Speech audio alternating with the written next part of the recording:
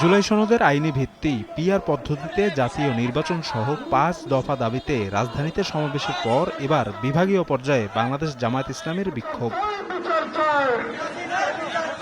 শুক্রবার ৭ বিভাগীয় শহরে কর্মসূচির অংশ হিসেবে দুপুরে রংপুরের পাবলিক লাইব্রেরি মাঠে সমাবেশ হয়। নির্ধারিত সময়ের আগেই কানায় কানায় পূর্ণ হয়ে যায় সমাবেশ স্থল। সমাবেশ শেষে রংপুর মহানগরীর গুরুত্বপূর্ণ সড়ক প্রদক্ষিণ করে বিক্ষোভ মিছিল।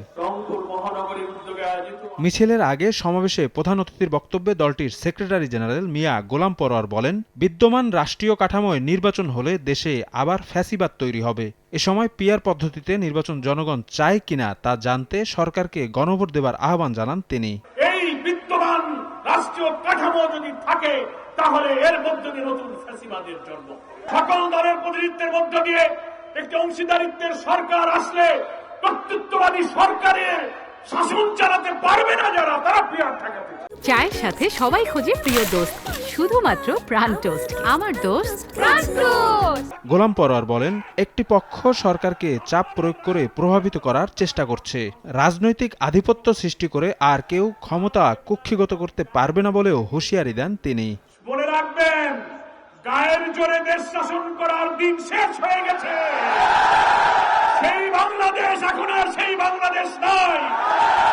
বিরোধী দলকে দমন করে দমন পীড়ন, খুন, ফাঁসি, জেল, রিমান্ড, আয়নাঘর দিয়ে আজীবন ক্ষমতায় থাকার স্বপ্ন যারা দেখেন, সেই দিন শেষ হয়ে গেছে। বিকেলে বরিশাল নগরীর ফজলুল হক এভিনিউতে অস্থায়ী মঞ্চে বিক্ষোভ সমাবেশে প্রধান অতিথি হিসেবে যোগ দেন দলটির নায়েবে আমির অধ্যাপক মুজিবুর রহমান।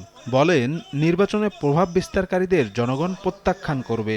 এ সময় জুলাই সনদ বাস্তবায়ন না করে নির্বাচনে জামায়াত অংশ নেবে না বলেও হুঁশিয়ারি দেন তিনি। জুলাই সনদকে বাস্তবায়িত করেই নির্বাচন করতে হবে। জুলুম যারা করতে চায়, চাঁদাবাজির মাধ্যমে যারা নির্বাচন করতে চায়, তাদেরকে জনগণ প্রত্যাখ্যান করেছে, আগামীতেও করবে ইনশাআল্লাহ। কেন্দ্রীয় কর্মসূচির অংশ হিসেবে ময়মনসিংহ রেলওয়ে কৃষ্ণচূড়া চত্বরে সমাবেশ করে মহানগরী জামায়াত। প্রধান অতিথির বক্তব্যে কেন্দ্রীয় সহকারী সেক্রেটারি জেনারেল এহসানুল মাহবুব জুবায়ের বলেন, সুষ্ঠু নির্বাচনের স্বার্থে পিআর পদ্ধতির বিকল্প নেই। একটি সুষ্ঠু গণতান্ত্রিক নিয়মতান্ত্রিক পদ্ধতিতে নিয়ে আসতে হলে এই ধরনের একটি সাস্টেইনেবল সিস্টেম আমাদেরকে বাংলাদেশে দিতে হবে। পিআর পদ্ধতি হচ্ছে তার সবচেয়ে উত্তম ব্যবস্থা। এদিকে বিকেলে চট্টগ্রামের আন্দরকিল্লা শাহী জামে মসজিদ প্রাঙ্গণে মহানগরীর শাখা আয়োজিত সমাবেশে প্রধান অতিথির বক্তব্য রাখেন কেন্দ্রীয় সহকারী সেক্রেটারি জেনারেল রফিকুল ইসলাম খান। অভিযোগ করেন, সরকারের অনেকে একটি রাজনৈতিক দলের প্রতি পক্ষপাতী আচরণ করে দেশকে বিপথগামী করার ষড়যন্ত্র করছে। ইউনূস সাহেবের আশেপাশে যারা আছেন অনেকেই এই ষড়যন্ত্রের সাথে জড়িত, অনেকেই একটি দলের পক্ষপাতী হয়ে এই দেশকে আবার বিপথগামী করার ষড়যন্ত্রে লিপ্ত।